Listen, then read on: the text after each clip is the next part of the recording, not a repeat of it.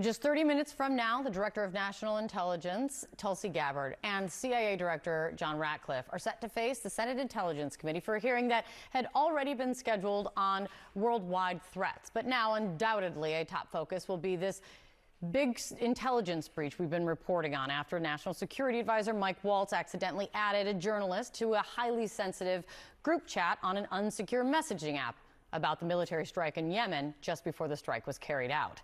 Let's talk about the potential fallout here. Joining us right now is Maura Gillespie, former advisor to then Speaker of the House, John Boehner, and also former Deputy Cabinet Secretary under President Biden, Dan Koh. It's good to see you guys. Dan, thank you so much for being here. Thank you. Give me your take. You've been involved and in many a classified briefing in your long time serving in administration.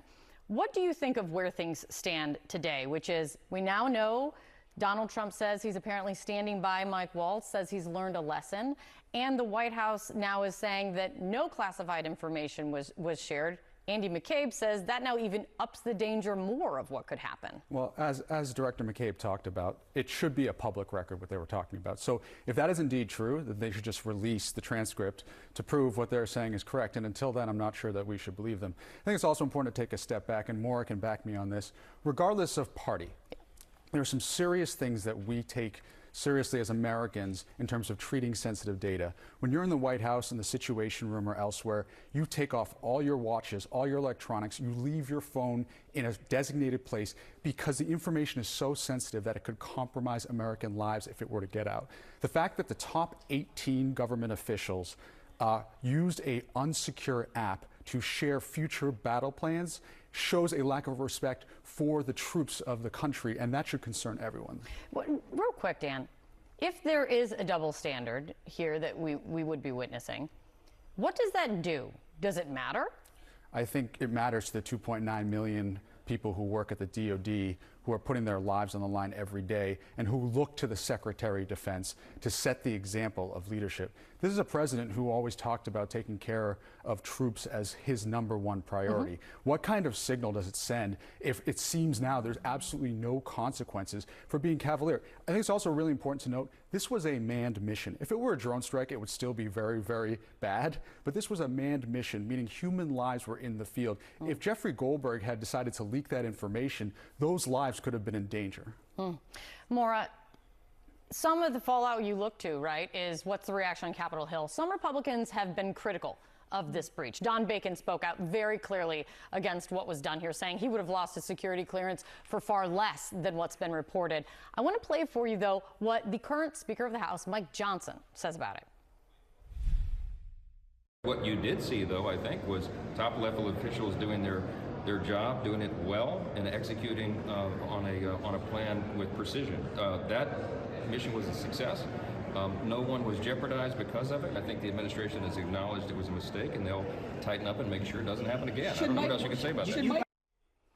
I mean, Maura, what I'm thinking of, if you're still on the Hill, you're still working for a Republican speaker, what are you advising him right now?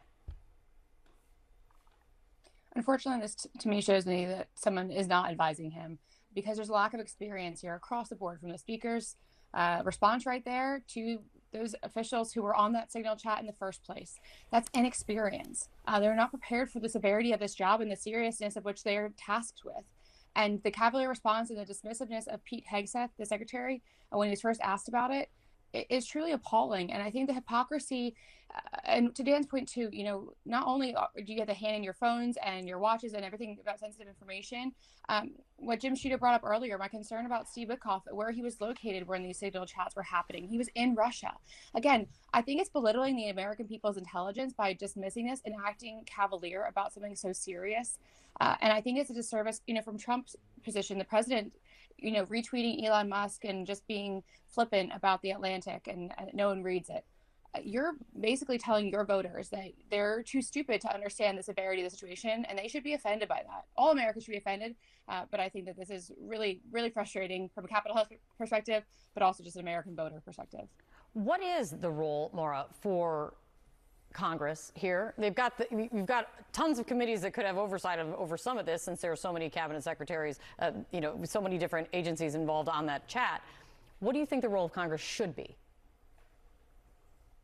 Well, I was glad to hear that Senator Thune, his first reaction was, we need to get to the bottom of this, and that the Senate will find out the answers of how this happened.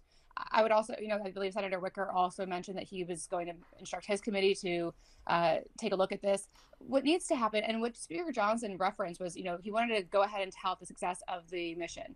That's all fine and good. Once you address the fact that there was a huge breach of security here, address that, discuss the protocols that will now be put in place to ensure that something like this would never happen again, and then go into the success and tout the success. Sure, of course, it was a successful mission, but there was a real risk here that didn't need to happen, and I think that needs to be addressed first and foremost. Maura, great to see you. Thanks so much. Dan, thanks so much for being here. It's great to see you. Thank you. John?